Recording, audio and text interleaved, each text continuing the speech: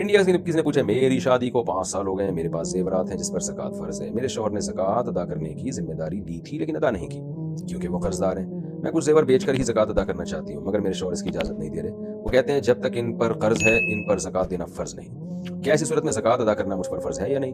क्या बीवी शौहर की इजाज़त के बगैर अपने ज़ेवरात बेचकर ज़कात दे सकती है? अगर अदा करें तो 5 साल की ज़कात कितनी अदा करनी पड़ेगी?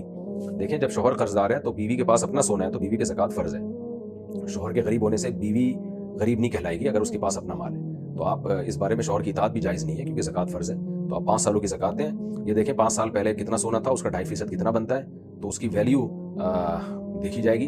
अगर आपके पास कुछ कैश अमाउंट भी था तो फिर रकम के लिहाज से देखा जाएगा। तो 52.5 तोला चांदी की जो वैल्यू थी उसके हिसाब से जो भी सोने की वैल्यू बनती थी उसका 2.5% उस वक्त के रेट के हिसाब से आप लगा लें। एहतियात यही है कि आज के रेट लगाएं, लेकिन इसकी भी गुंजाइश है कि 5 साल पुराने रेट लगाएं और फिर उसके बाद वाले साल के रेट लगाएं, फिर उसके बाद वाले साल के रेट लगाएं, यानी हर साल की ज़कात निकालने के लिए। और इस साल की जो ज़कात निकालें तो आज के रेट लगा के 2.5% दें उसमें से, और हर साल उस 2.5% को माइनस करें अगले साल के हिसाब से।